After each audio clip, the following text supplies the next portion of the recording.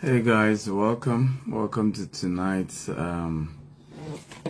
amazing conversation. It's our monthly chat with Dr. Cosmas, Maduka, and super excited about this particular episode because we are turning this to a book, if you're happy to know that.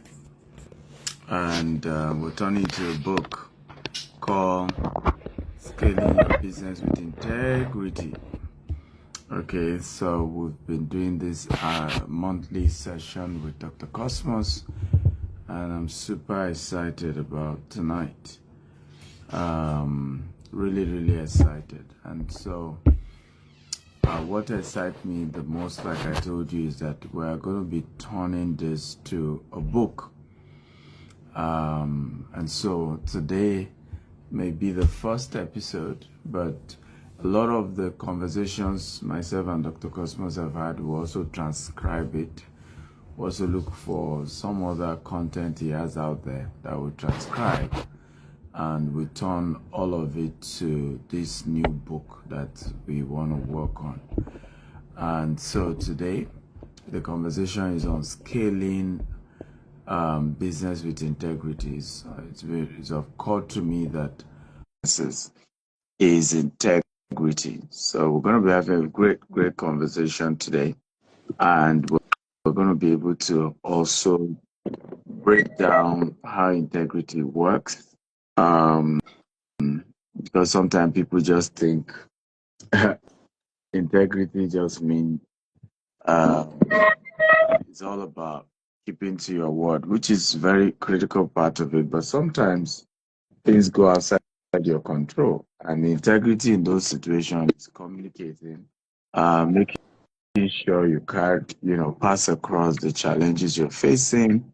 Your stakeholders are updated, are carried along about what is going on and the challenges. Like we discussed with that lady that asked us question the last month. Some people will not understand, they will not agree, but you still keep communicating and work out something about how you can resolve it. Business is always challenging; it's never easy. No, no, one of my mentors said that you can never find a general without a scar, and the scar of a general. Okay, I mean you can. Every general has a star. Sure that I'm here. Yes, we can see you. I wanted you to settle down. Okay, yeah. Yes. Okay. So, guys, welcome. Please invite your friends, invite people, let them know we're here. Chat as many people up and let them know we are here for this month's episode. So, share this link, invite your friends, invite everyone you know, tell them we're here, let them come. We're gonna have a wonderful conversation. So you never see a general without a scar, right? And the scar of every general is called sacrifice, right? So when you say general, they have stars. They have great stars, which is accolade, success. But you see, those stars comes with scars, and those scars are a product of sacrifice. So we're happy to have a general in business with us tonight. In person of Dr. Cosmos Maduka. Can we all celebrate him? Come on, everybody. Celebrate Dr. Cosmos. Put it up. Celebrate and clap for him as we get started. How were you today, sir? How was your trip? Great, Stephen. It's been tough, and but we pray to be busy, so we can't complain being busy. So I'm excited to be here. I knew we had wanted to do this while I was in Zimbabwe, but I had to focus on what I'm there. On a youth program. Came back on Friday. Went to Cross River State for another weekend meeting, and I was back yesterday. So it's good to be here this evening to be with you and my our audience to discuss on the subject of building for scale. So I'm excited to be here because that's what it is all about, Stephen. Awesome. Awesome. So we have a little twist to the topic. So scaling your business is the topic, and then we're twisting it a bit to also focus on using the tool of integrity. We talked about a new book, you and I, so we want to make sure that this conversation can be transcribed and form part of the book that we're working on. Since your busy itinerary will just be turning some of these sessions, transcribe it, edit it, and then turn it to the book that we want to work on. So I'll have you share a few things you want to share with us. By the way, guys, tell us your name, the city you're joining us from, and share this video. Get more people to join us. I would love to have your open remark on scaling your business, and particularly when how integrity also can be a tool to scaling businesses. Go ahead, sir. Okay, Stephen, thank you so very much. And again, I'm excited to be here to discuss on a subject that is dear to my heart, scaling your business or building for scale. They both say the same thing, depending on how you look at it. It's about taking something from a small level to take it to big level where people can see it and appreciate it. And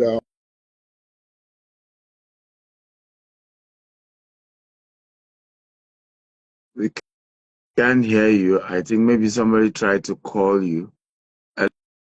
Hello, sir. Can we all hear Dr. Cosmos? If you can hear Dr. Cosmos type, I can hear him. I think somebody tried to call you, so it affects the audio. Usually when somebody tries to call, the audio will just go off. But okay, but can you guys hear me? If you can hear me type, I can hear you. Let's be sure you can hear me. I'm sure he will probably come back later. If you can hear me, type I can hear you. Let's know whether you can hear me. Okay, can you hear me? I'm aware we can't hear Dr. Cosmos, but can you hear me? Hello, can you guys hear me? yeah, sorry, somebody was calling on my line. I wasn't using my laptop and that, so I have to discharge the person. So I said, first, I want to thank every one of you for the opportunity to listen to me this evening. And for those of you who are in business, I believe it's been exciting trying to discover yourself. And I will encourage anybody who is out there waiting till he can see the crystal ball to take a step of faith. Business is about daring, getting into the unknown. What is important is to paint a beautiful picture in your mind with a clear goal and sense of purpose while you were born, that there's something in you that we call a responsible urge, calling that I was born for something. I do not just exist. I was not just born to eat food and die. There's reason for me to be exist. If that deep is in you calling after a deep, then there's a deep somewhere to respond to it. And that is why you need to respond to that deep by painting a beautiful picture. That's what a vision is all about.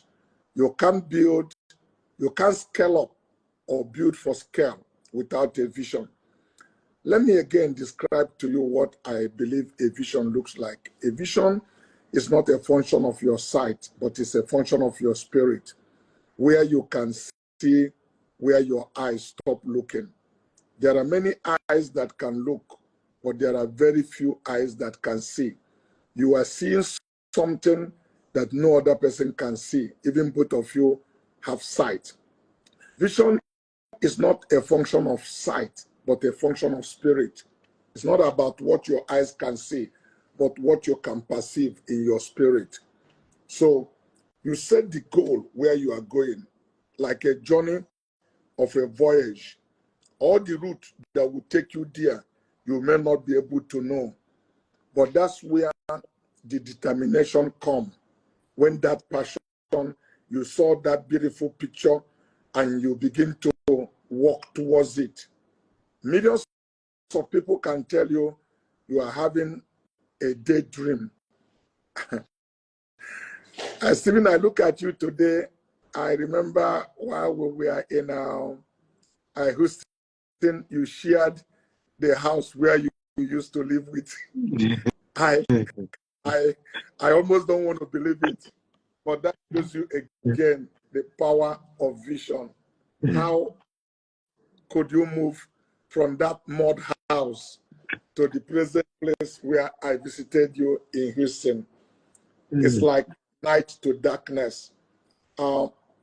When people experience things in their life, they can talk with conviction that the word impossible only exists in the mind of people, but in a physical realm, it does not exist, especially for kingdom people who follow the principle of the word of God. If you recall, those of us who are Christians, if you go back to Genesis chapter 18, when the angels told Sarah that by this time next year, she's going to have a baby. For Sarah, it was a laughing matter. So she laughed. Really, what can't we hear? A 90-year-old woman is going to give birth to a baby. You can say that all over again. I hope you are not mocking me. You know, we can put words into it, different things that pass in his thoughts. And the angel looked back and said to Abraham, why did your wife Sarah laugh? You know, is anything too hard for God to do? So, in other words, the God we worship is God of impossibility. The thing people call impossible, like I said, if you put I am, if you put comma and I am, the word impossible become I am possible. So you can't take away from the word of God that says all things are possible to them that believe. But how is it possible? It's come from conception. It's about state of mind. Your mind must conceptualize it. And when it does, that's how you become pregnant with your vision. Yes, we have mixed audience, you know, people who are married can, you know, have relationship as long as they want to. Nothing ever happened until conception take in. And that's when you truly believe your vision. Nobody can talk you out of it. Nothing can ever shake you out of it. It's a prerequisite for building for scale. I started telling people I will be a millionaire when I do not have $1,000. Frankly speaking, I can't even remember if I have $500 when I start talking about being a million. So, and that's why I keep on telling people, if people don't laugh at you, then your vision is not from God. If everybody tell you, look, I believe this thing with you, what you are saying makes sense, then God has not spoken to you. The first sign that God has spoken to you is that people will tell you, nah, what did you eat last night? What's happening in your head? You are daydreaming. This thing you are talking cannot be done. So, and we have evidences from people in the scripture, whether it is Joseph, different people will always say them, forget it. It's not what happened. So, as a Nigerian entrepreneur doing business in Nigeria, I am passionate about the opportunities around this country, from agriculture, banking, automobile, technology, real estate, and different things one can do to be successful. But like I said again, it depends on what you are looking at and what you can conceive. I am delighted to speak on this topic, scaling up, which I also call building for scale. So let me first define scale. If you don't know exactly what you mean or what we are looking for, how will you know when we found it? So the first thing is to really, don't worry, we're in Nigeria, so they took light, but they didn't take my voice. You are hearing my voice, correct? Yeah. So we'll soon put the genset on. So if you don't know exactly what you are looking for, you won't know when you find it. Oxford Dictionary describes scale as to climb to the top or something that is high and difficult to climb. I would like to start by making us understand the basis of what we mean by building for scale or scaling up. To grow our business at a high level that is difficult to attain. It is a subject that is very dear to my heart because as a young man, I was very ambitious, coming from a background where nobody gave me a chance to survive. The same thing I've repeated. But I was hungry, truly hungry, because of the death of my father at the age of 4. My mother was a single parent with 4 kids, and it's not long before the Nigeria Civil War broke out. We did not have enough food to eat. My sibling and I fought over food, not meat. So to build for scale, one must develop hunger mentality, a desire to climb to the top against all odds. Hunger mentality is not something somebody school you for. You don't go to school to learn how to be hungry. It has to come instinctively. You need to desire it. With a vision to build an institution that will be timeless in its relevancy. Kosjari's mission is to develop, is to deliver excellent products and services to its customer, giving them the highest value for their money. That's the mission, actually. But the vision is to build an institution that will be timeless in its relevancy and value. I was very clear that I will be singled out. I'm not waiting for anybody to single me out among my peers. And I'm going to build an organization that will outlive me. Because that clear goals are things, are the building material. They are the basis that helps you take action. So they are the basis that bring the discipline upon you that is required if you are sincere about following your vision and running after it. So to build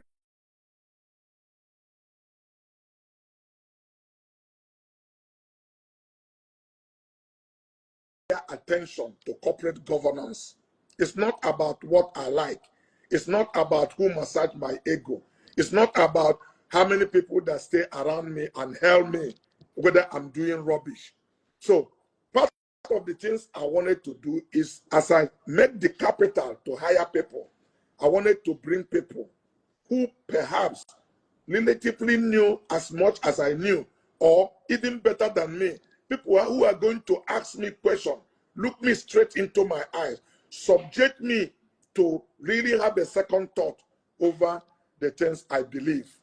And that means I was ready to submit to superior reasoning. You can't build for scale with ego.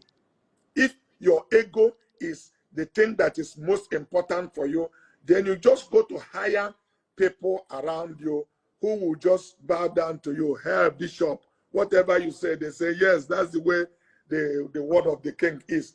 You can't find reasoning. You can't find people expressing their opinion. You can't find people opening up to say the best that they know that can make the difference.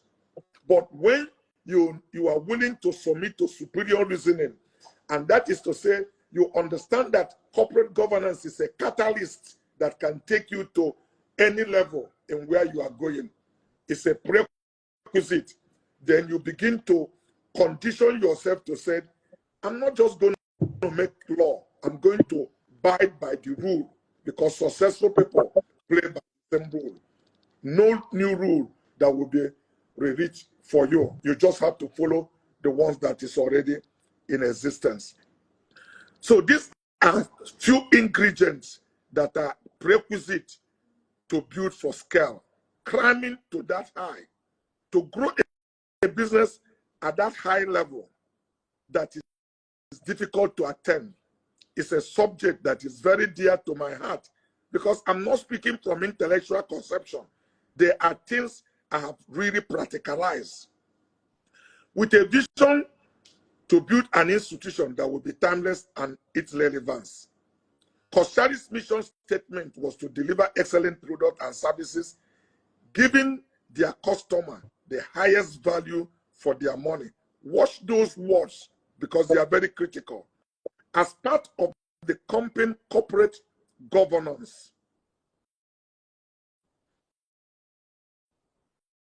as part of the company corporate social responsibility, it will plow back resources into the immediate and large society while ensuring that its employees have a sense of pride and fulfillment.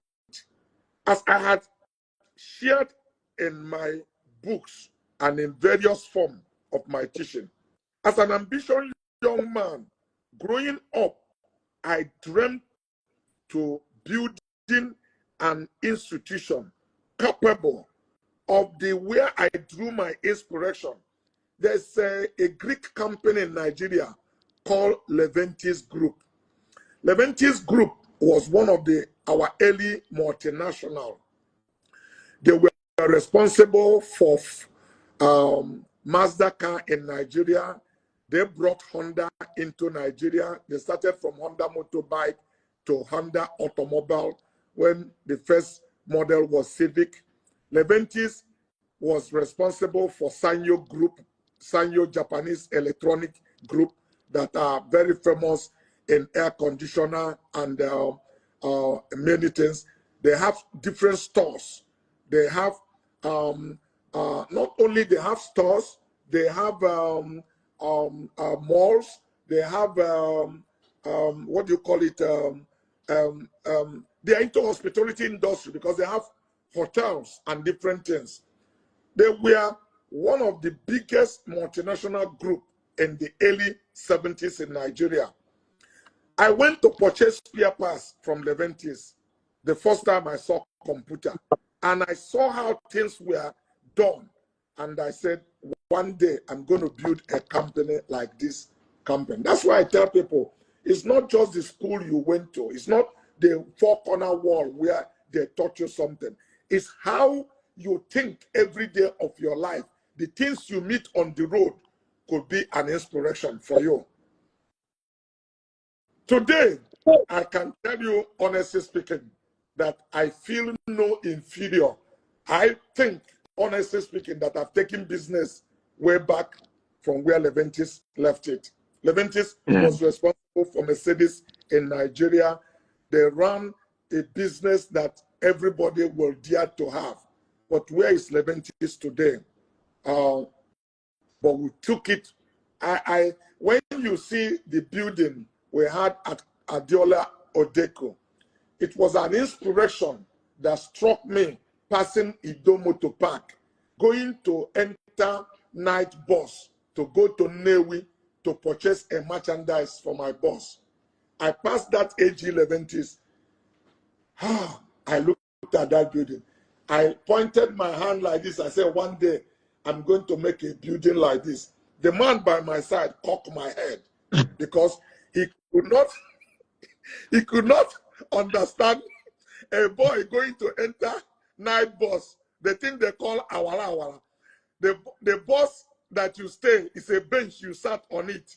There's no, your leg is not on the ground. But I'm already dreaming to have that.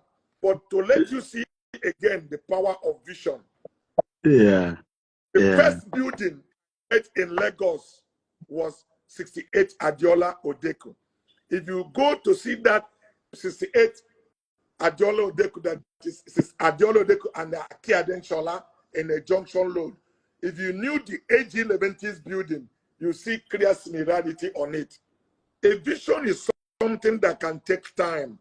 But if somebody who truly have a vision live long, exactly the things he believes, he will achieve it. It comes from consistency. It's not a lucky break.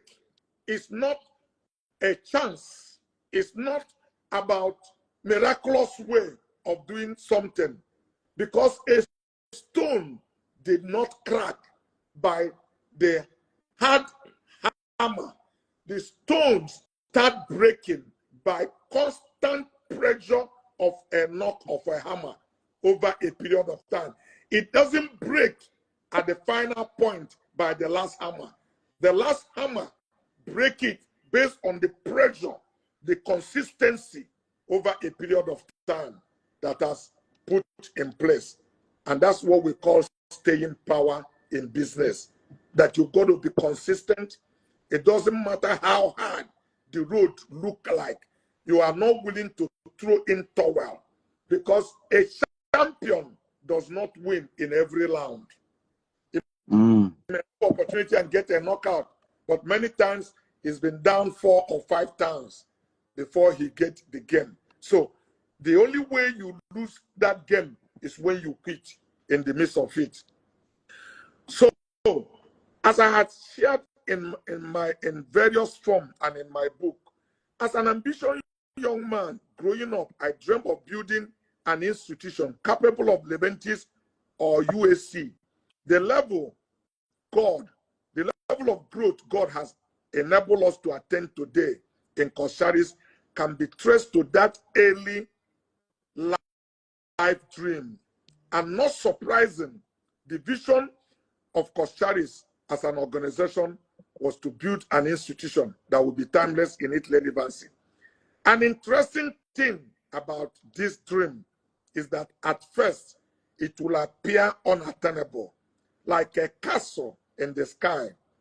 But experience, as I've shared, has shown that with dogged determination, unwavering commitment, and divine providence, every lofty dream can be achieved, even in the face of daunting challenges. What is important is to learn the patience to go through the process to become rich, and embrace the culture of hard work and engagement in legitimate business, and dream and that, you know, a legitimate business that you dreamt with determination to achieve success. Understanding that enduring business is not a product of chance or unplanned leadership. They are characterized by a clear vision and a growth strategies, actualizing through prepared and structured organization and effective leadership. Sir Winston Churchill said, "It is not enough that we do our best sometimes, but we have to do what is required." So it's not a game of chance. It's not, let me just try and give it my best. Like I said often, successful people played by the same rule. The goal is to deliver value, to believe that anybody that come in contact with you will like to work with you again. You give him value that keep yourself in his memory, that he cannot easily forget you.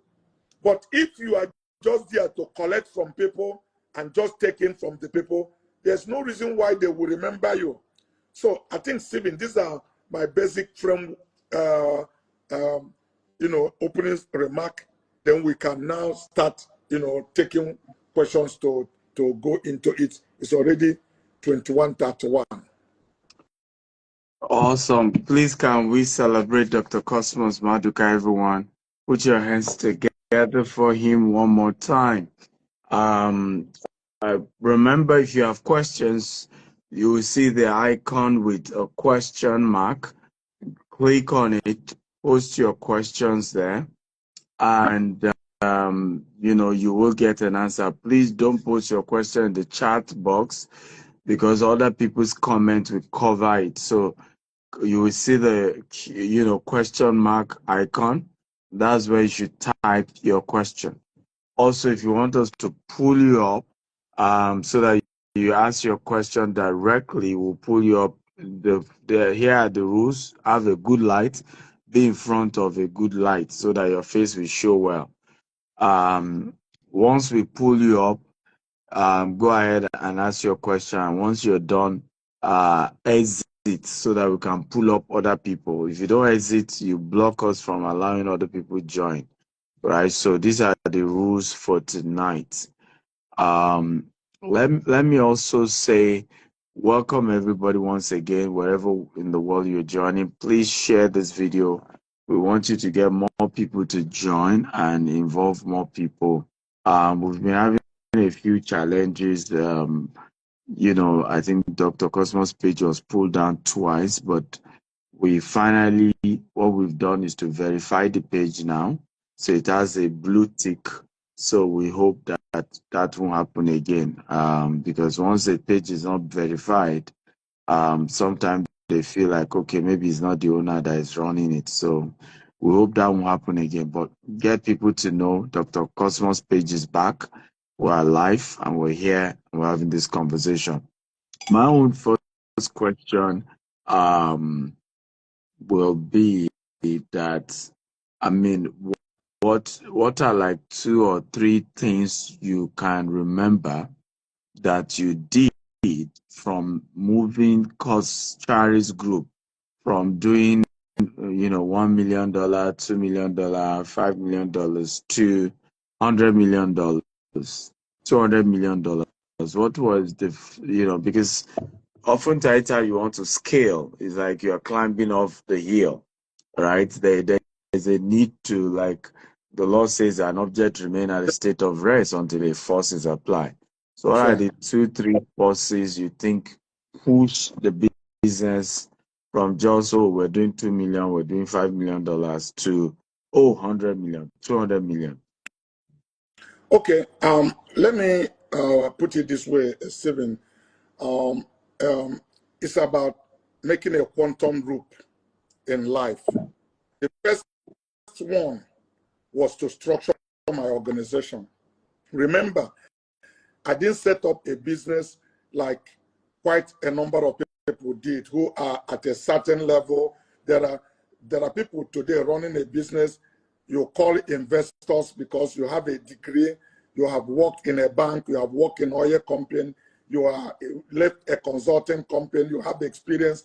You call group of friends and they put capital together and you start with $10 million or 20. I started from ground zero.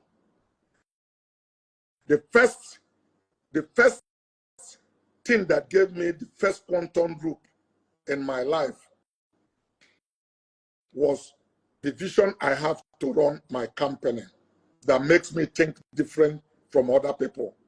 Not in the professional manner that I am today, but that vision drew me to have some basic things that is a prerequisite to lift a business from ground zero. And that is to say, I held myself accountable. Starting from ground zero with no capital. I don't even own a computer, but I bought 5 exercise books to keep records of what I'm doing. Anything you cannot measure, you cannot improve. Anything you do not understand, you cannot scale. So I was able to begin to put myself in such a discipline that I knew when I made 1,000 naira, I knew how much I made every month, every week, to be able to put myself in salary. I worked hard and earned some certain amount of money, and I started hiring people who comes in to help me further structure the business the way it could be. But one major thing at a certain level we get to was when we decided to hire professionals. Of course, we already started making money. But the people that helped me make that money are no professionals. People who just believe in my doggedness and follow my instructions and will work hard. That is where many typical traders stop. At the point they bought a land, they built house in Ajegule, bought a car, they just feel they arrived. People were telling me I have arrived at that position. I did not understand what they are saying. Because if you really want to scale up and you are going for something big, there's no cry mass. You just simply set a goal, you break that goal and you set another goal. It's a success is actually a journey. You never reach the destination. You never come to a point that you said, I have arrived. Because once you begin to say you hit cry mass, that means there's no room for improvement. We don't use the word cry mass in Coscharis. We use the word, constant innovation. There's always room for improvement. We can always do better. And that's how God wants us to live. Now, in terms of different things that make me build scale, remember, my boss taught me selling motorcycles spare parts. That's what I was settled in. But I made capital. I veered into automobile internal combustion engine, which is more wider than motorbike. So it gave me bigger access to attend to more customer, to be able to have more business. I did that very well, built the resources that they require. The second thing that gave us a quantum route in scaling up is when we get franchise of BMW. What year was this? What year was this? 1998. Okay. We've been with BMW for the past 25 years. And we started and we sold only 70 units of car for the first 1 year. But we know we are going place. The second year, we did 200 cars. By the third year, we did 340 something car. On the fourth year, we moved it from 300 when we saw an opportunity to sponsor All Africa Game, and we deliver 1,000 units of BMW in the market in 1 year.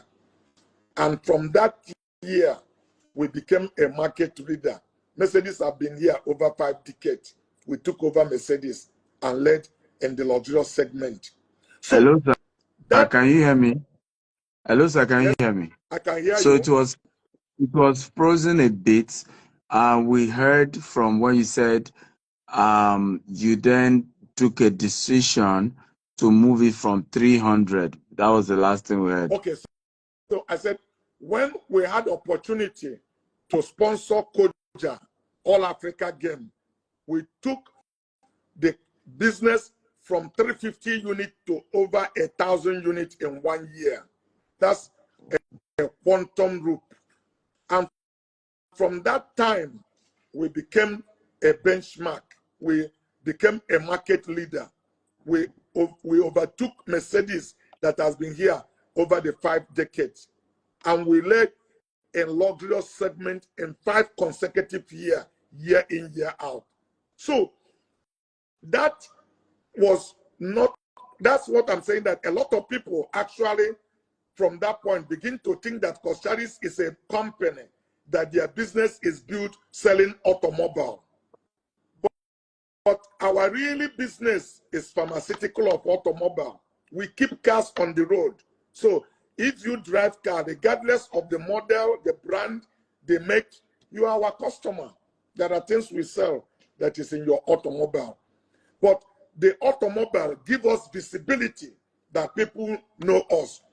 And like everything in life, one success begat another. From doing BMW well, Ford signed us on. We did Ford well, Jaguar Land Rover signed us on. We did it well, Rolls-Royce signed us on. We did it well, so no new brand entering. And that's why I say consistency is the key to growing your business to a greater scale. It's not about running around, jumping into any new ideas that come up and trying to make a kill. Many average business, not only in this country, around the world, died within the first 10 years of its existence. So the staying power, if you are in a business consistent for like we are now, we are in our 5 decades of being in business on a consistent level. Any serious organization will know that whatever you did and you did well in 50 years, you must know what you are doing. And the benefit of that is given to you. I can go bid for business today with somebody who is 10 times richer than me. I will make this point, and if the other person on the other end listening to me, he will take me serious because he know I didn't build this muscle for nothing than somebody from nowhere that he see coming up, because it's still a time bomb. There's no track record on consistentness of what it could be. So this is how we did that. And then from then, like every other thing in business, I have a philosophy of closing one hand and leaving one open. Everything I've already known, I'm holding. I'm not taking chance on it. When I was growing up, I walk with 2 hands open, because he that is on the ground fears no fall. You can't fall beyond where you are. But you get to a point where there's something already in your hand, then one hand is open. With the other second hand, you are taking a chance, and with the one that closed, you are holding what you have. Anything new comes here, it doesn't go out, but this is taken for opportunity. So that's the model that we have run today. We move into technology and set up Coscharis technology. We move into car leasing and rental. We move into Ghana. Today we are into agriculture, getting into the sector of the economy. So you can't do all of them the same day. We are planning now to have a board retreat of all the group of Coscharis. And that is to say, we can't just live and let the country throw anything at us. We need to chart our course and our future, where we are going to talk to ourselves, where do we want to be in the next 5, 10 years. I don't like to get up and panic with things. And each time I like to have 10, 20 years plan on paper, waiting for the money to be available to execute them. Absolutely. Absolutely. Please, one more time, can we celebrate Dr. Cosmos for this really wise, sharing that he's giving us? If again, I will just have us take note of some points that he's mentioned, even while he was speaking earlier. There was something very powerful I had to write down that he mentioned. He said, you can't build for scale with ego.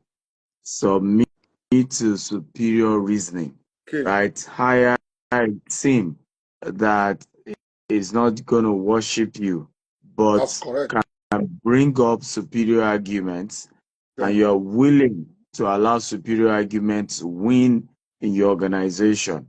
Number 2 thing that I want to emphasize that I said that some of you might not have noticed, but you need to notice, is the fact that he had to change the team and hire professionals in his organization, because of course he was a trader, so at some point he had people who were not as educated. I remember a similar experience with my pastor. He had to retire pastors that were not graduates. Of course, he went viral, he became controversial, people insulted him, and all of that. But he wanted the church and the ministry to have a certain level of standard. And so the minimum requirement was that you had to be a graduate. So Dr. Cosmos knew, some of those he started with, some of them probably didn't go to school like him and all that, but he needed some professionals to standardize the business. Number 3, because we need to know these things for scaling, he took BMW 1998 as a franchise in Nigeria, and then he started gradual. The first year was less than 100, the second year about 100 plus or 200, third year 300. But there was a All African game that came, and then in fact, if I don't know whether you wish to share some of the, because I remember the unique concept you used then, where I think you offered to give the cars, maybe without payment or something. I don't know that you want to share that. And that became a major secret. If you want to touch on that, sir. Yeah, it's important that you can't go to competition and offer the same thing everybody is offering and believe to take the business, because it's like a journey where you take one step, somebody is already ahead of you.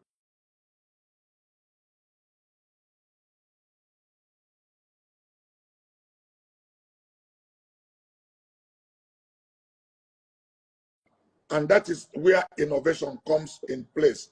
Actually, myself and my group managing director was in Abuja, and on our way back to Lagos, we passed the current national stadium in Abuja. There was a billboard that said 200 and something days to All African game. I said to say, wait a minute, these people are going to need car to do this game. He said, so sir, what does that mean? We don't have the kind of brand of car that they used to do this game. I said, is there any particular brand that they say they will do the game with? He said, yeah, something like Peugeot and all of that. I said, can we go back to find out what they are looking for? And we went to Koja office, and we met Dr. Amos Sadamu and said, what car are you guys looking for this game? He said, well, we're looking for any company that will sponsor the game to provide us a car and become official car for the game. I said, we will do it. He said, you will do it. I said, yes, we'll do it. And Peugeot was there, Nigerian made car. They believe by right or entitlement, they will get it. Honda was competing and other brands were competing. Everybody thought this is going to be competition of price. I knew if I take price to go for competition, I will not get. So you need to. Because BMW is more expensive. An offer you cannot refuse. I make it hard for my competitors. In fact, even my staff were a little confused that I said, I will provide you the car to do this game and you don't need to pay money. Wow. Tell the entire 1,000 cars for free. No. The entire 1,000 cars for free. Listen, so you can get it. I've worked the numbers in my head and I understood the right of hosting All Africa game or Olympic is that everything to do that game that are going to come under duty exemption for the game. So I said, well, I'm ready to provide this car. You give me duty exemption, I bring the car. For a BMW 320, the price will be 2.9 million without duty. Toyota Corolla was selling 3.7 million. I said, the plan is that you will make profit from this car. So you will buy this car off me and start selling it when the games are going. After the games are gone, the cars will be gone. You give me my money. All you need to do to me is to provide me bank guarantee, and the car will be yours. You bring it under duty exemption. I get BMW to further discount it. There's nobody that can match it. A 7 Series was 6.9 million, and X5 was less than 10 million naira. And they told me, you mean what you are saying? I say, I mean it. So let's go and see Atiku. We went, I make the same presentation. My MD was looking at me. Has a knot gone on his head? What is it? What is he talking about? But here is an opportunity, a lifetime opportunity. And I had actually assured BMW, give me 5 years to assess me. Don't assess me in the first 1 year. I was in the 4th year. Yeah, yeah, And yeah. there was a confusion. Pijot came making Obasanjo call every one of us in a meeting and said, Pijot, you want to give us car, you have calculated it is going to cost 4.8 billion. We don't have 4.8 billion to give you. Will you provide us a vehicle? Because Sharis has made this offer that if we give it, we will give you the same terms. Pijot said they don't understand what Sharis talking about. But Nigeria is made car. The government has to pay. Obasanjo said, but we don't have money to pay. They started making arguments. He said, the game is finished. Costa is going to give us car. I went to Guarantee Trust to open letter of credit.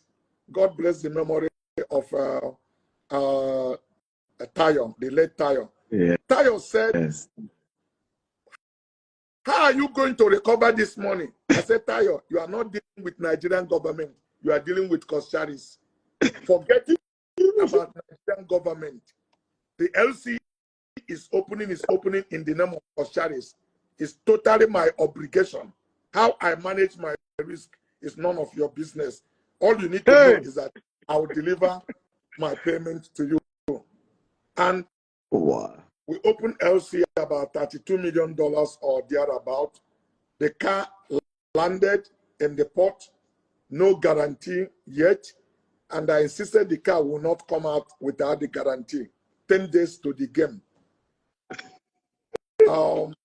Obasanjo called on Ngozi Iweala Okonjo to issue a guarantee. In my presence, Ngozi picked up the telephone, say, hello, Mr. President, I am sorry. We cannot issue this guarantee. I'm sorry. We are not car dealers. We have to find a way to do this because and all the guarantee this government issued has all been called for. I felt like I'm on the trans because the car is already in the port. What do we do? Then they form a committee that is made up of El-Rufai, Frank Nwike, Junior. one inspector of police, Ngozi herself, and what do? They finally agreed to get me insurance guarantee, and they will put minimum an inspector in the vehicle to make sure my car will be intact by the time the game finish. So, but they will not issue guarantee. They are not going to take the car. I should go and sell my car.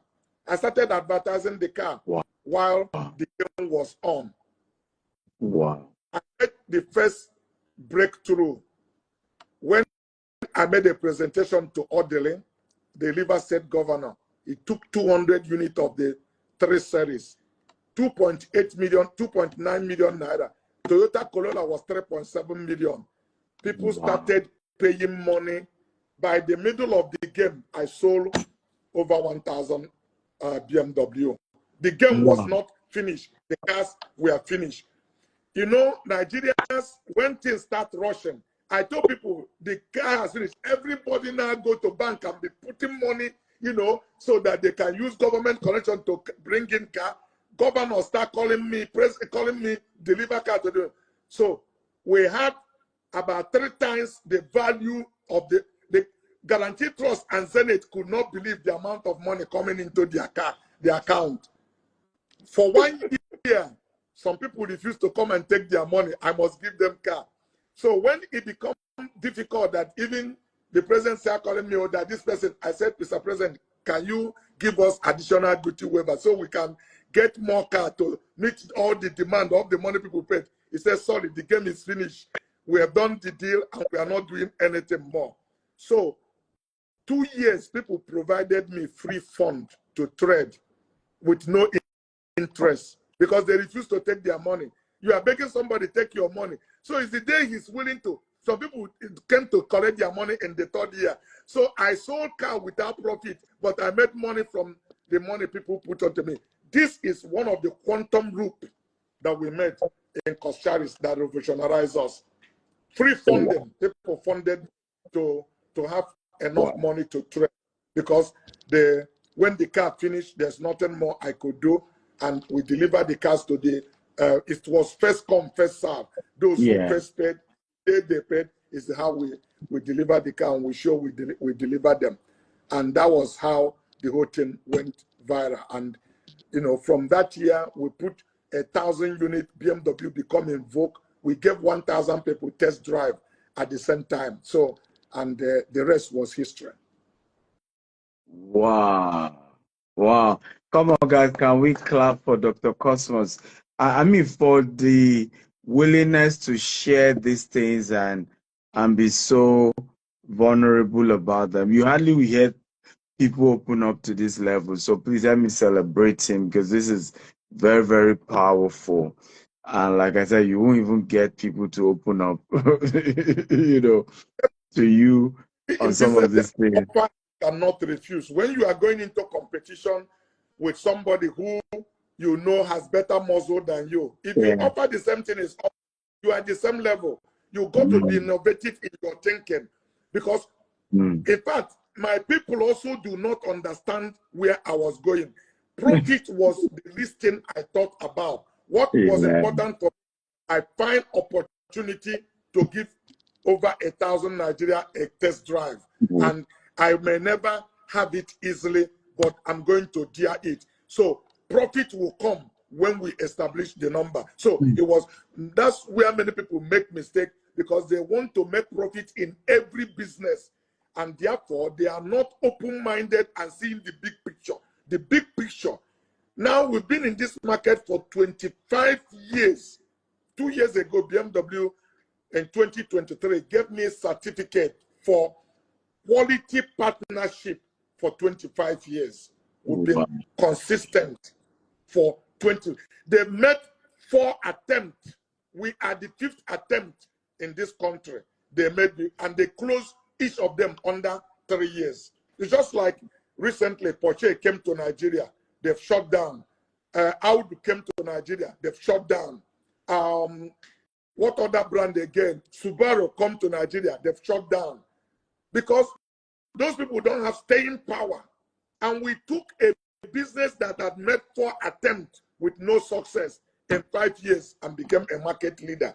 You should give us credit for innovation. Wow, wow, wow, wow. This is really, really powerful. That's right.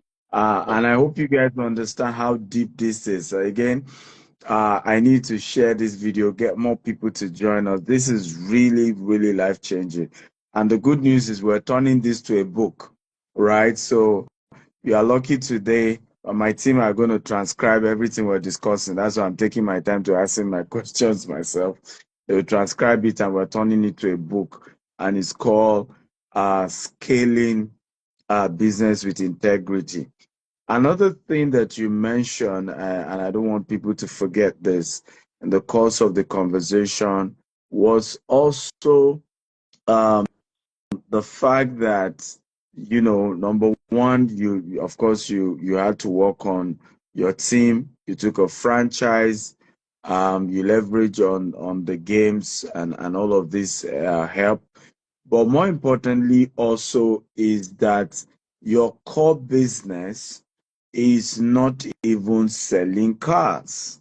The BMW and the Jaguar and all of that just help to grow the name, the image. The real business is that every Nigerian that drives a car is your customer, Absolutely. because now you are the biggest dealer in car parts. Either you use, the engine oil or brake pad, or the engine itself, or the seats and all of that. Tell us more, The parts if of you the can break motion this. engine, we are behind Yes, it. if you can break this down better for us about your business model of being a pharmaceutical of automobile, and how sometimes there is something you put in front and that's what everybody's seeing, but there's another thing at the back end that is even bringing way more revenue. If you want to share that with us, particularly with scaling up. Okay, well, you got to know where your bread and butter is in your business, because still to today, because of economic situation the exchange rate volatility, automobile business have been ups and down because the value what it attracted.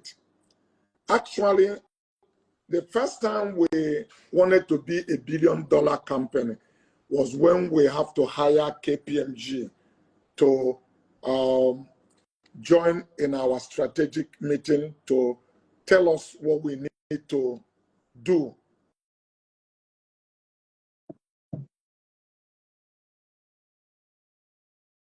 I think somebody is calling you again. I think somebody is calling you, so we couldn't hear you again. We can't hear you.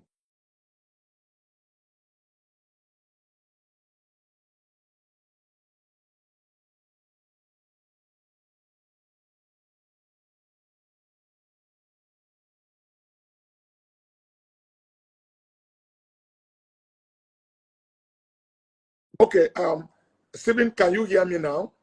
Yes, we can hear you now. It went off. I guess somebody was calling you Somebody again. was So calling me, yeah. So you stopped at KPMG joining your strategic meeting. yeah, so we actually told them where we wanted to go, and they came to tell us one of the things that we need to do. It was in that process that KPMG hired us a guy that has worked in 2 different Fortune 500 companies. Because you see, for scaling your business is about sustainability. It's about sustainability. And if you want to get to that level, you need to put the right ingredients that is required to make that business to grow and to remain strong for what it's supposed to be. You need the right manpower. People, because some of us who are business people, what we brought to table is our dogged determination and self-belief, our convictions of what we know. But somebody else will take this dream and transcript it for you and be able to put the right roadmap that will be able to take you there. But that's where many people make mistake. That their dogged determination get them small few pieces of things and they get overexcited about it. But they couldn't see the bigger picture that is in the picture. If they follow and play by the rule. Okay? So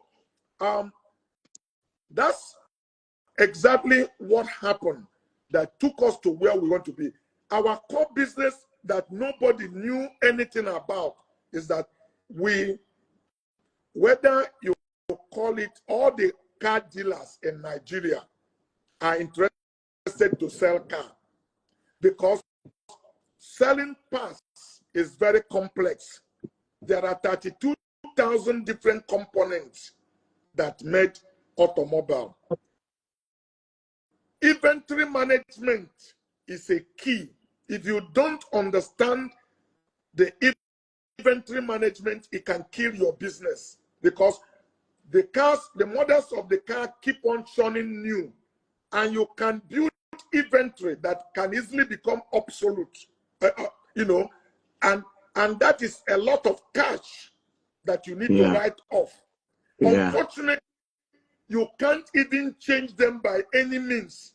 It's just that you just throw them away because if the model are not in existence, take for instance, if you decide to bring a whisk cream or whatever thing, because there are things that are particularly unique to a particular vehicle, and maybe your car park in the whole country is only 2,000 or 200, and you have that product 5,000. Out of that 2,000 car park that exists in the country, only 10% of it or 20% will require that parts. What are you going to do with the rest of the other parts? So inventory is the key, and people who don't understand it don't need to mess with it. But this is where our skill, our strong power exists, that we can predict the future on the automobile and we manage inventory very well. So, and because we also do some in-depth study, we're able to know certain components that are not just based on the number, but the product inside the package that can fit from car A to B or C. So while our other competitors who did not have this knowledge is selling it by package, we knew that this particular model package of Volkswagen can fit in Peugeot. This one in Peugeot, I can as well explain to you now. In the internal combustion engine, which is inside the engine to work, we are using piston ring for Toyota 22R to work on Ford model engine, because it's the same exactly rings that is in it, diameter and everything. But somebody who did not know can only sell it for Ford model. And if you are asking him for the other model, he did not know. Something like Toyota 5R does not exist anymore in this country. We are still importing piston ring for Toyota 5R. But because we use it for other model that is exactly replicant of that. So sometimes people don't understand the volume. And we also, because of our depth knowledge, we also find out that the manufacturers prostitute over prices by selling at a higher price for particular model. So the part number we knew they are selling less that we know fit other model is only the part number we buy. But it could come on particular model engine, but we are selling it in other 5 different model engine. Sometimes they are amazed at our volume. So this is why knowledge is power. You know, many business people, traders, the first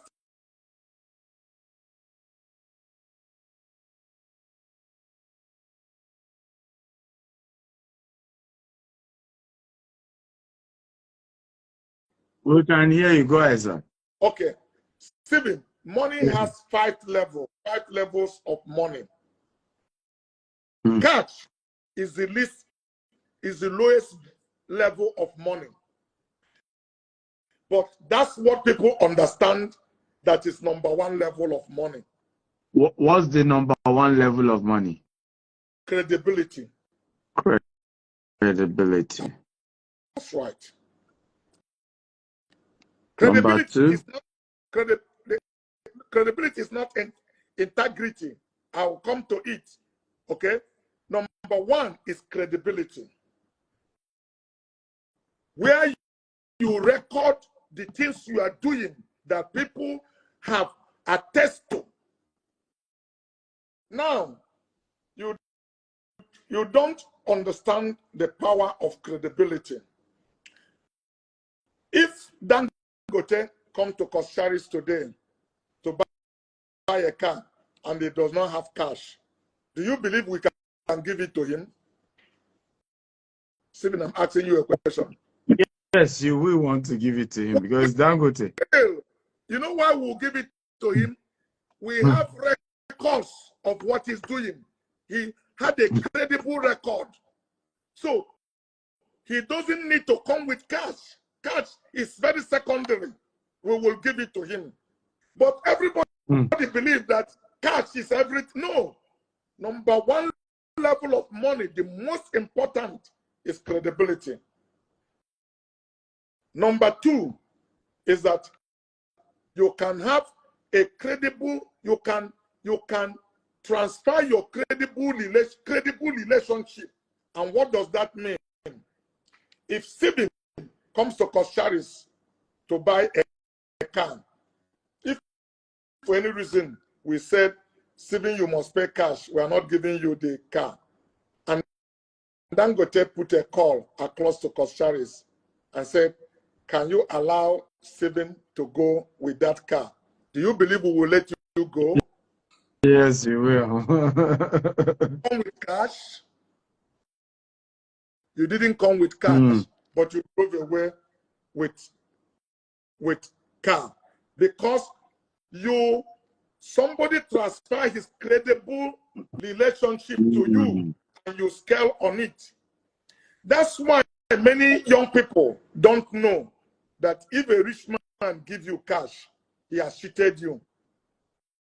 I like that. If a rich man gives you cash, he has cheated He has you. cheated you. You want to leverage in his credibility. It's not his cash that you want, because cash has limits that he can give you. The young man that I have availed $300 million, did he have cash? The story you knew. He leveraged on my credible relationship. Yes. So are you being convinced the level of money that is the least level of money? Very true. Integrity is part of the level of money. Integrity is what you do in consistent level. Your word is your bond. When you make a promise, you deliver on that promise every time. You never go behind it. That consistentness, you build character. It's also cash. It's also part of the level of money. So I will teach on that in some other day. I just veered into it, and I can break it down for you and show you 5 levels of money that people mistake. Everybody, that's why when you ask me what role do cash play in business, sometimes I say 25%. It's not more than 40%. But people who are limited in knowledge tell you it's everything. Yes, cash is important because it's about resource management. Resources is limited. They are not in plenty supply. It has to be managed in a sustainable manner. It can easily be used up. That's why when people offer you their credible relationship, you should never take it for granted. Yes. You should manage it. Very you should, if people give you access into themselves, people don't even know that if somebody can take picture with you, a credible person is willing to take picture with you. If he like, he can charge you for it. You are the person that need to pay. Because you can flag it to somebody who know and said, where did you go to meet this man? Yes. Or what did you go to see him? That in itself, if you are consistent in other things you do, opens door. Very true. Okay. So people are in a hurry. When you did something for a wealthy person and is in a hurry to pay you, then he does not want to give you access, because if he give you cash, it's not indebted to you. But if he do not pay you and accept the gift you have given him by giving that service, you remain in his memory. Very true. Memory. It's a deposit you made that you will cash sometime in life if you are not in a hurry to get return on investment. The man will be telling you, I want to pay you. Say, no, you have already paid. He said, what do you mean you have already paid? He said, just knowing you is enough money for me. Tomorrow you may have a need.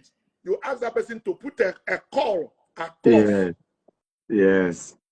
That Stanley, for the first time, I can say it open, never called me to loan him money. He was asking me if I knew anybody in First Bank. Yeah. He was not asking me to lend him money. If I could put a call across to him in First Bank. In the process, asking how much is he looking for, and asking him for the account number he had there.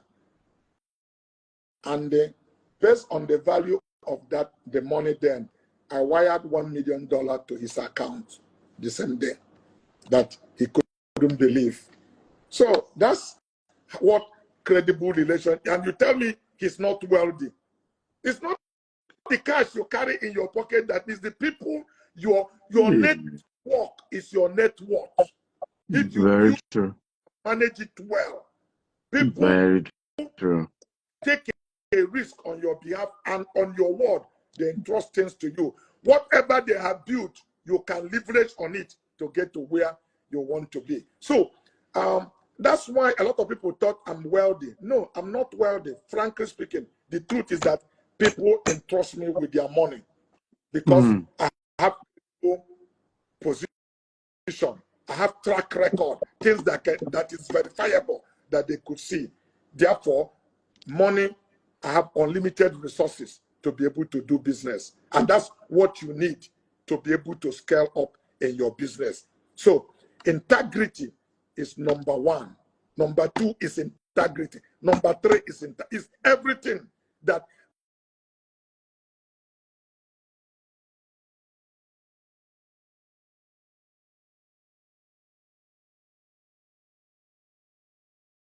you don't need to. Those people begin to advertise you. And the best advertisement is when a customer talk to another client, not billboard. Not billboard. Powerful. Guys, can we come on celebrate one more time Dr. Cosmas Maduka? Come on, everybody, can you do that for me? Right, this is rare. This is very powerful, and you, like I said, you won't get this elsewhere. You won't get this elsewhere. So and I can't, just stop thanking you for your heart and your willingness to share. Most people are not going to share this, and like somebody has been saying, where are young people of Nigeria? This is something that should have 100,000 views by now, because of the quality and the richness of what's being discussed, which oftentimes you will never easily hear people break this down at all. My next question then will give some of you opportunity, but please make sure you have very sound questions to ask. Very, very sound questions to ask, please. Very sound questions. We'll give some of you opportunity, to ask questions. You can, again, there's the question mark box. We're also willing to allow some of you come up and ask your question direct, but I need you to send a request if you want me to pull you up to ask your question direct. And for me to pull you up, make sure you have a good light facing you, and make sure you're asking smart questions. And once you're done asking the question, exit so that we can bring other people to ask their questions. So hopefully maybe this will be my last question. But I'm intentionally asking this because we need it to be in the book. Some of you will veer off and you may not ask me what I need in the book. I want this book to be one of the most powerful book people will have access to, scaling your business. And we need it at this time where there's business challenges. It's been a tough year for business in this country. I want to ask that how did you, as a person, knowing that, yes, sir. Go ahead. So how did you, in this country, knowing that you were not from a rich family, you were not from a known family, today, I mean, everybody knows you, from president to everybody.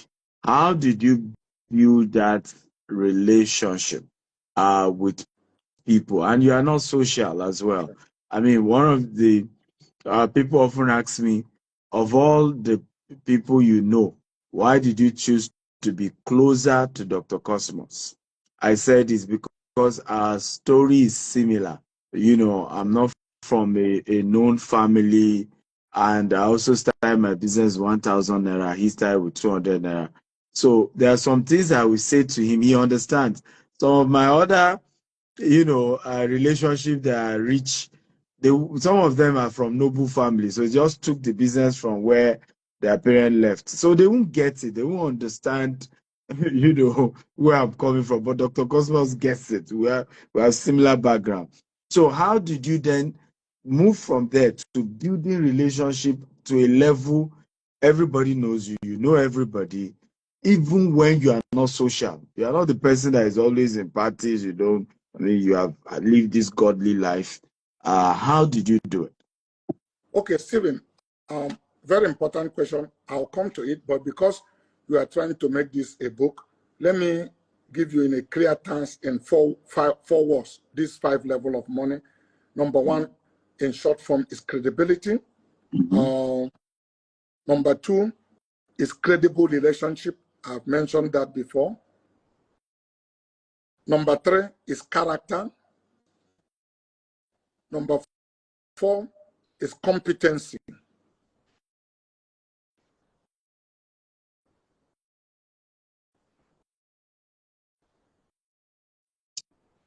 Competency. Number 4 is That's competency. correct. Number 5 is the cash we are talking about.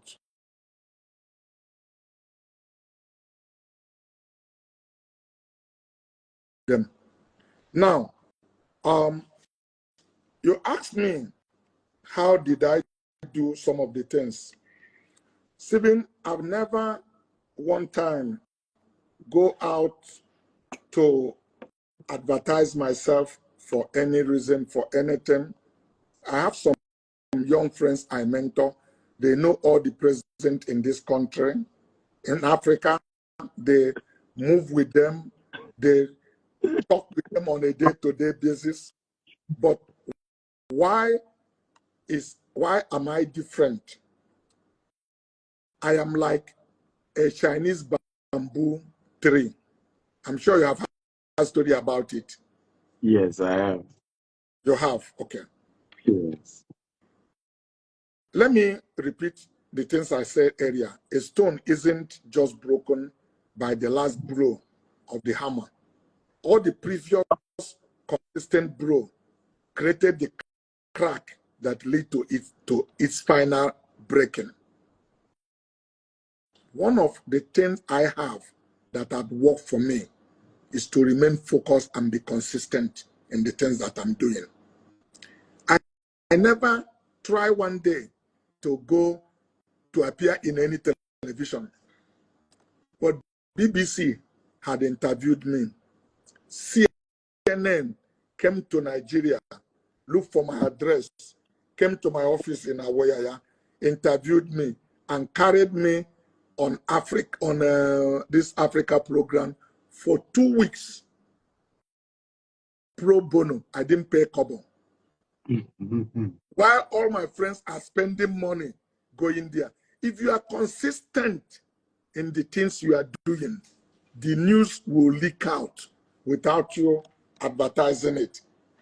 So, people, you can hardly see me in any social gathering because I don't have time. I use my time for things that are very valuable for me, but I am consistent there on those things. So, the Chinese bamboo tree is a Chinese tree that you plant, you never see it on the ground, but every day you go and water it, and you water it for 5 years. There's no sign whether it's dead or alive. The 5th year is shot up. Within 6 months, it's shot up. It will grow 90 feet. But how many people are willing to pour water on this tree for the first year without seeing any shot of it? That's staying power. That is the power of consistentness. The things you believe in, they will deliver in value. It may take time. So when you have things that have been proven and people can feel it, it's tangible. Like I said, if you don't like my grammar, you cannot quarrel with my result. So if you believe I'm not educated, my result will stare you in your face, and you will know that this is not result of non-educated person, because Henry Ford said that an educated man or a woman is an individual that can organize his thought into productivity. Come on. I So, like that. Very true. to that level of education, you see a guy who has distinction. You can't. That's why people are going to school pursuing doctorate degree. Doctorate degree is pursuing me. I already have 4 or 5 of them. Some people, I said, why are you giving me another doctor? Are you calling me doctor? You know, I've had why the same doctor? So why do you need to give me the 4th one or the 5th one? Why some people are paying money to be able to get it without official, you know, that knowledge. But because those results are results they expect from people who have PhDs. Yes, You can't so yes, so yes, so yes, so very true. So, Wow, wow, come on, celebrate Dr. Cosmos one more time, everybody. Come on, give it up, give it up, give it up. Okay, so I can see, I mean, all of you have had plenty of questions, so we'll probably take a few and then we can allow him go and rest. He's been so busy traveling, but please, one more time, me celebrating for dedicating this time. I mean, he sent me his itinerary. You know, it's something else, right? So anytime you see him come like this, please celebrate it. It's not easy for him, but he's been doing it, and our generation needs to hear this, right? Because it's because most young people are not hearing this, and that's why there's been so much challenges. Okay, so who do I take? I'm looking for a very reasonable question, a very sound question. So J4735 says, I said tire, sir. Please, how can, as an individual, combat the Chinese they seems to have taken over from tire business?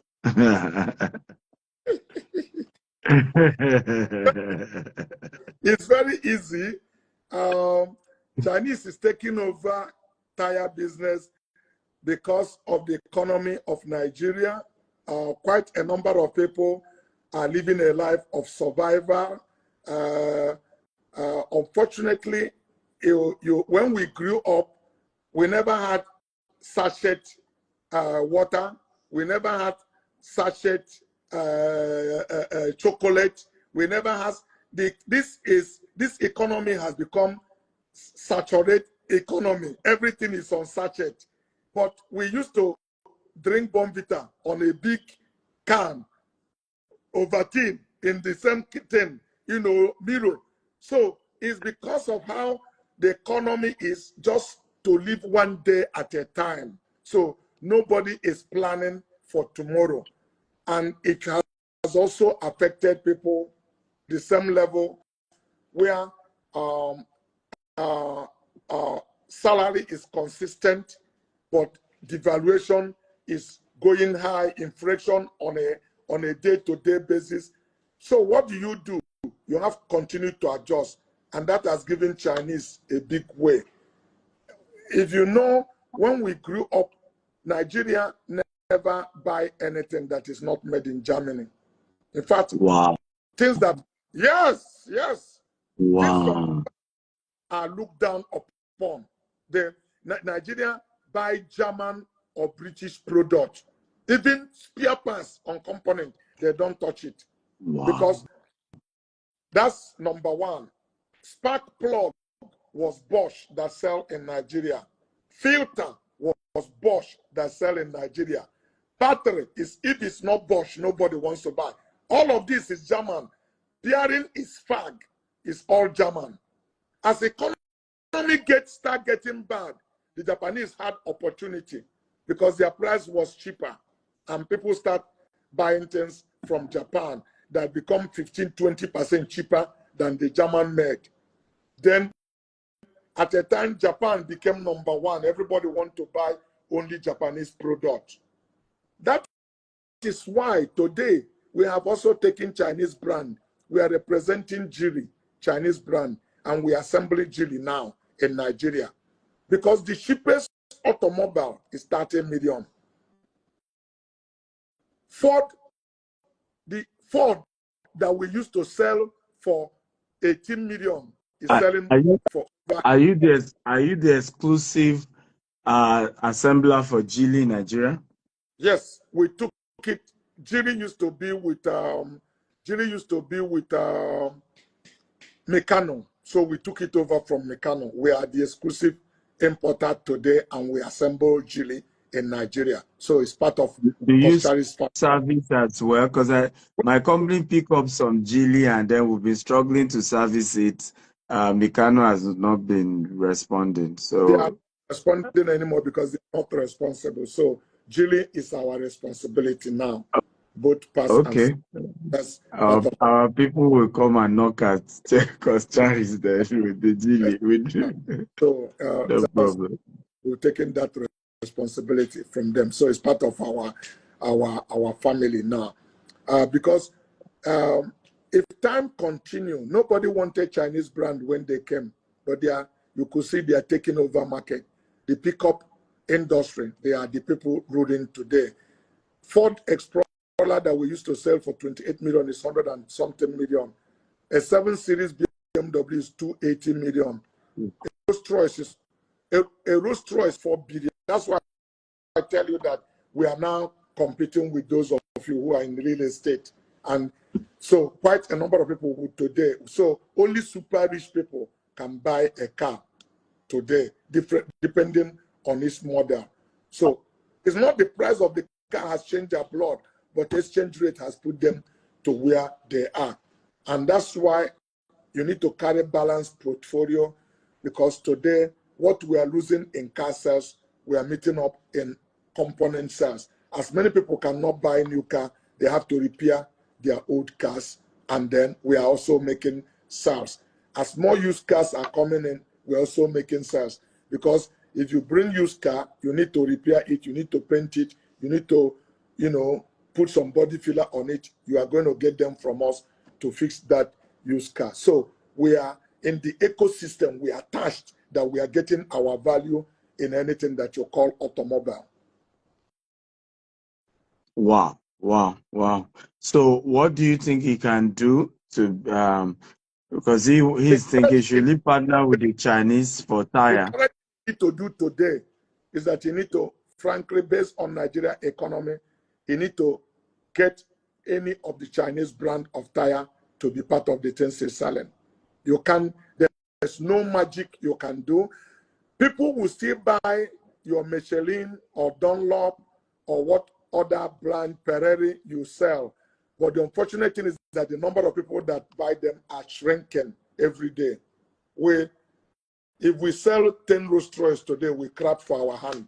So it's not a 100-unit market again, because it's only for super rich, who would even want it to be 2 billion naira, so that they know the number of the people are scaled down, that only them are the real boys on it. So that is what it is. So there are super rich who will still buy those products, and they really don't care what price it is, but their number shrink, so it's getting smaller. Okay, so that is what it is. But so if you don't shift on that and say, I sell genuine, that's the only thing I do.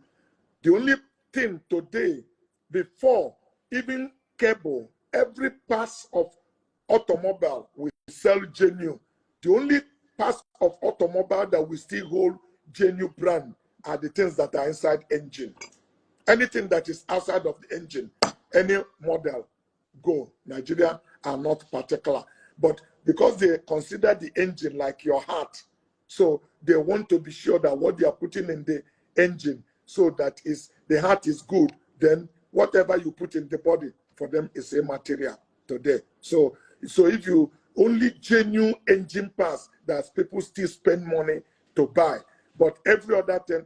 And there are people who, even in the engine parts, don't care, because what they just want to live for the next 6 months. They are not planning for 1 year.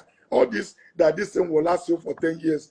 are not, it's people who are merely existing. Doesn't, you would have to let me live for 1 year before I talk about 10 years. Wow. Wow.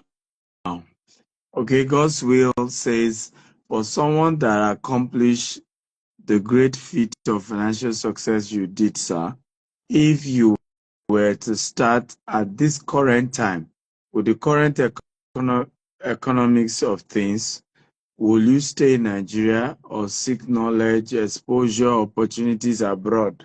Will you japa? Essentially, that's what he's saying, Dr. Cosmos. I will explain to this person, and I hope he will believe and believe me. The first trip I made to United States of America was in 1979. I should be like about 20 years or 21 years.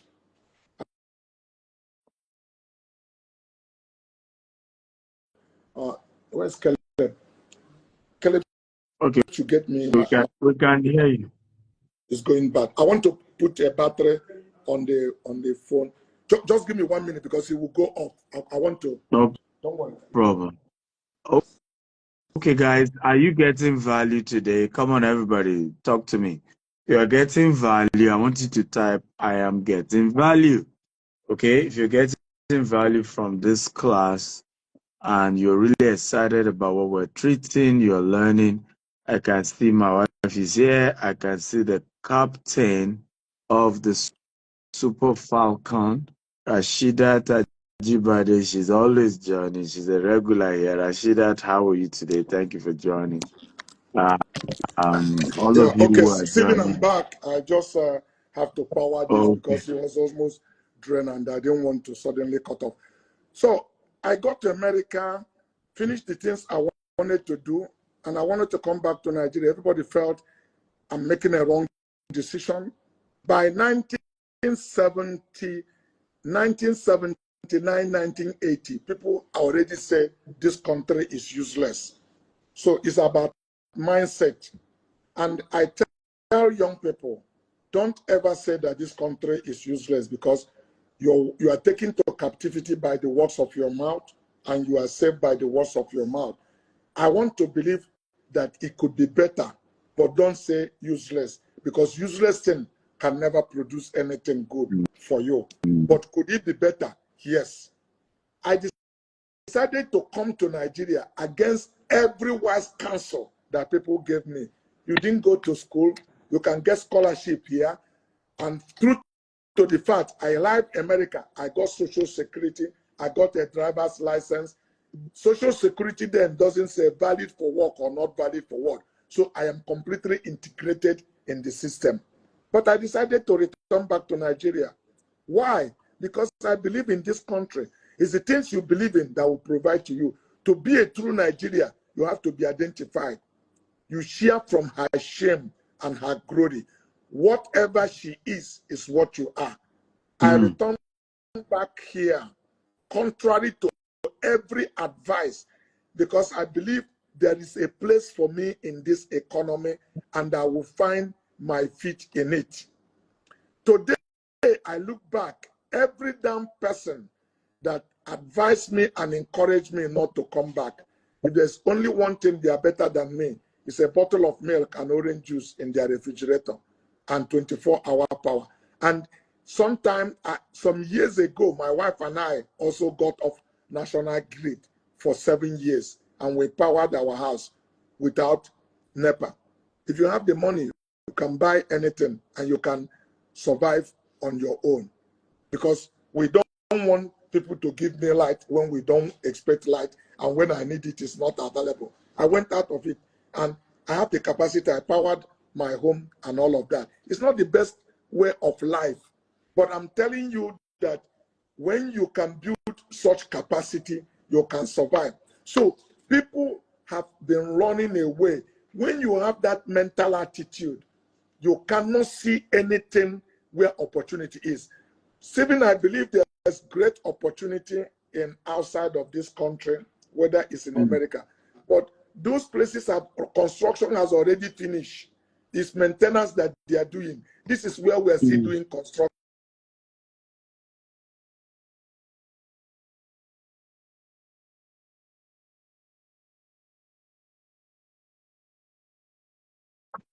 scale up here, but there is also a limit you can be, because you cannot grow above the economy where you are.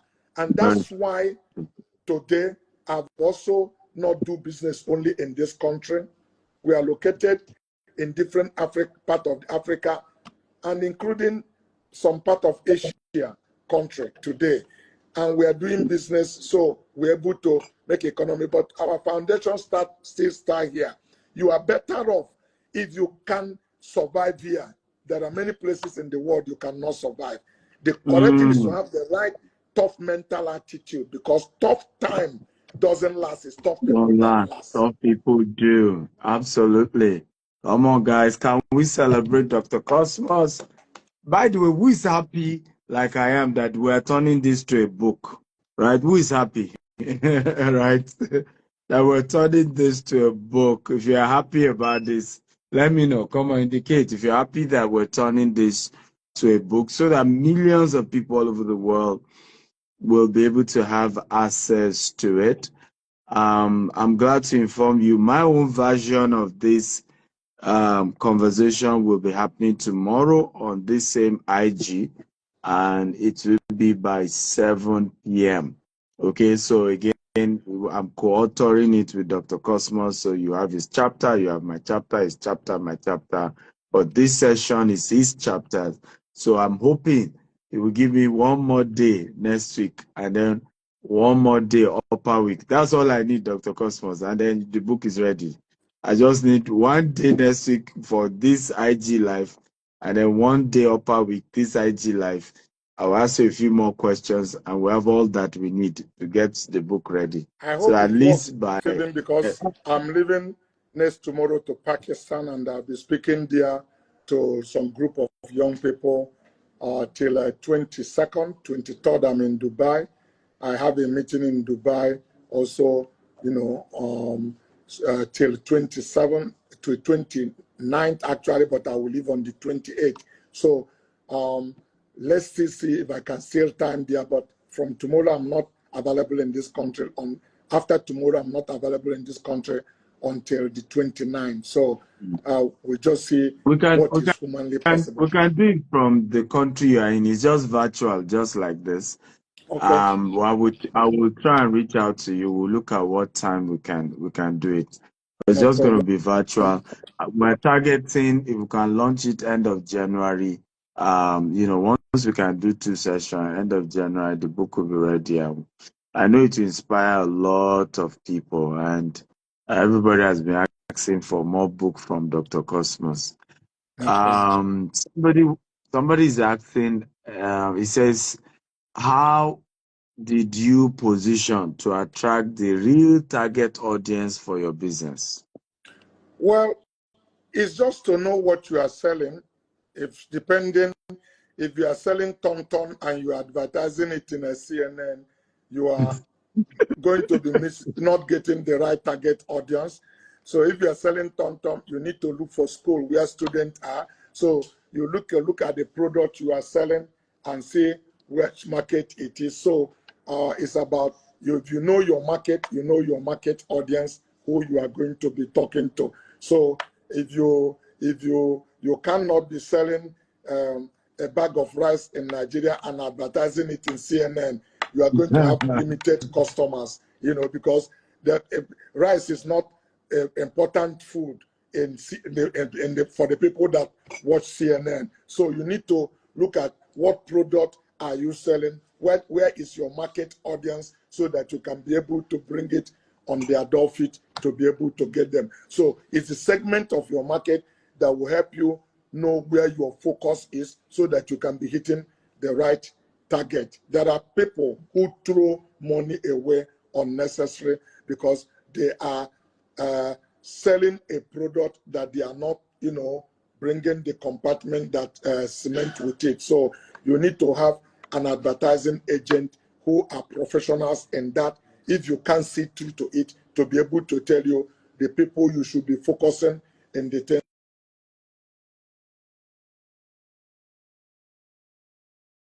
Good answer.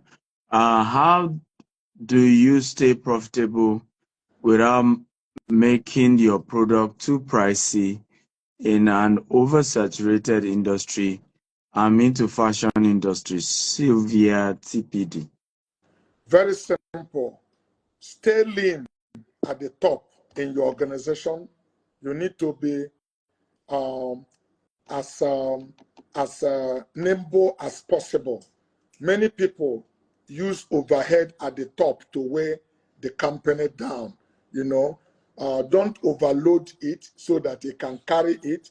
In other words, see how you can maximize with the quality of the people you have to scale up without look, I never it's important that in scaling up a certain level, you need to get some certain level of class of people.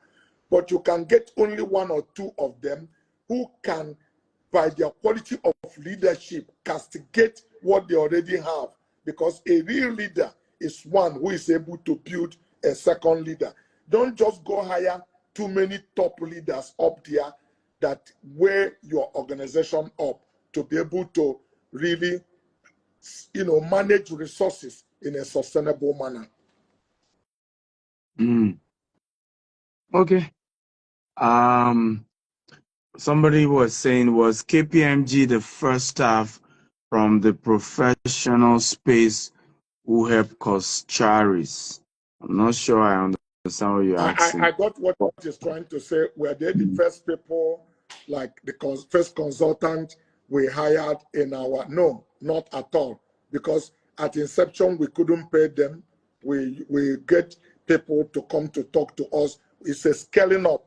But the point we are at that point, you cannot be using some borrowed dust to shoot certain animal. Otherwise, the animal can take that gun and kill you with it. So when you decide to level up at a certain level, you need to get people who have been on that road, who had experience to tell you the level of the depth of that jungle or where you are going. So you know you are pursuing the right kind of animal. So they were not the first organization that we hired, to help us crystallize where we are going. Okay, this is the last question, and then we'll allow you go rest, so that we can get one day next week to continue this book. This person says, is it when the business owner is overwhelmed with job? So I think his question is, how do you work on not being overwhelmed with the organization, and how, at what point do you know that, okay, maybe I need to bring in a professional like the one KPMG recommend to help? Yeah. Let me say that this is very critical for your quality of being an entrepreneur. A good mason is not the man that laid the wall. It's a man that takes a corner in a successful way. Like when he laid the corner, take a corner, the wall remains straight. There's no school that teach you that. You need to work with your intuition, what we call inspiration. At a time, building Coscharis, there was a time I was the managing and damaging director. I had the A to Z of the cost of the company, the forward and backward agent. I was the counter general, everything. Because I cannot afford to pay anybody. And you have to start like that. But the most important thing is that if you are clear, you are going in a journey, you need to know when you build the cash to begin to learn to delegate. Delegation is a key to scaling up. You can't scale up when you have to micromanage and do everything. Part of Nigerian or average Igbo man greatest weakness is ability to trust. You must take chance on people. You must be willing to take risk on people. You must allow people.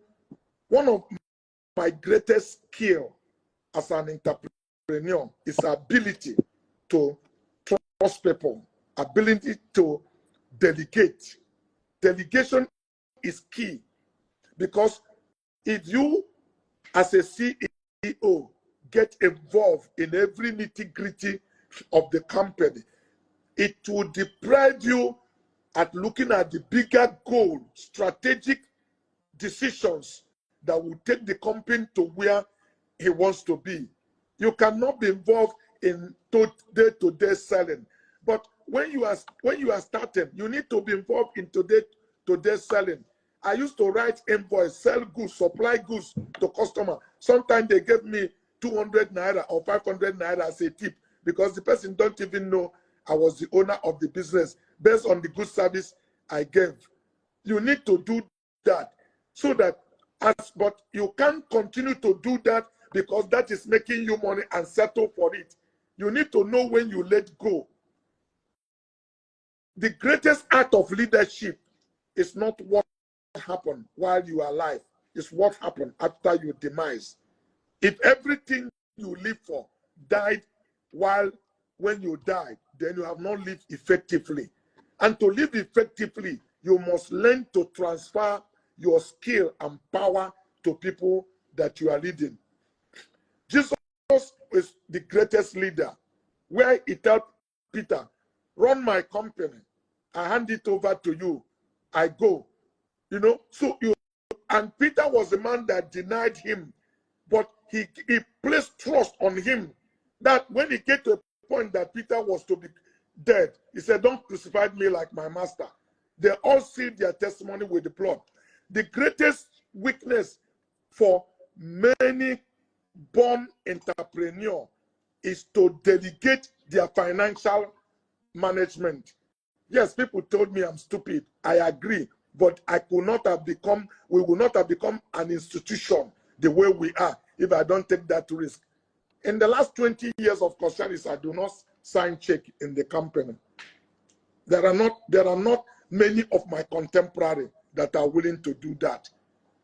To allow somebody manage your purse. Sometimes people ask me how much I want or have. I don't know. I have to call somebody that is in charge to know. It's not a priority to me. You can say I'm too reckless. Well, that's why I am big, because you have to trust people. You must delegate. It doesn't mean don't verify. You trust and verify, but give people your trust and let people know. When you hire people and begin to tell your staff in their presence, I don't trust you. Nobody owes you obligation when you talk to him like that, because why does he want to be loyal to you when you've already told him you don't have confidence in him? You can as well fire him than to demoralize the person. You plant confidence and let people know you trust them. Jesus even took a thief and make him the treasurer of his church. Wow. Wow. Wow, wow, wow, wow, wow, wow, wow. Come on. This is huge. Jesus. Jesus took a thief and make him treasure. That one is deep. He stole so much money in the church until he decided to sell the master. He didn't, the one he was people was not enough until he put the master in the market.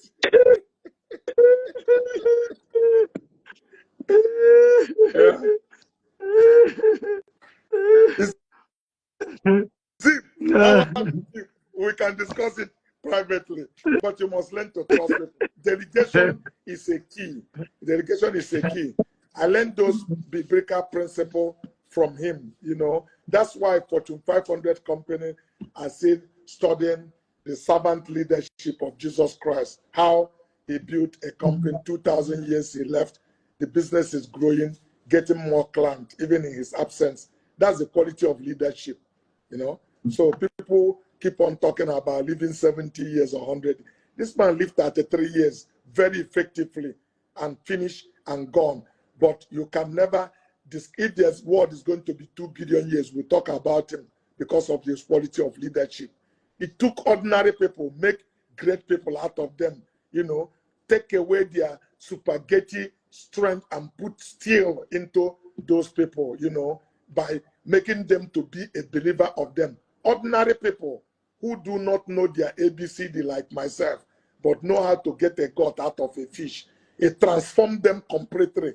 Looking for people that are interested in transformation leadership, not just coming to church and singing good scholars. And they become a firebrand. So my strength is making people believe in themselves.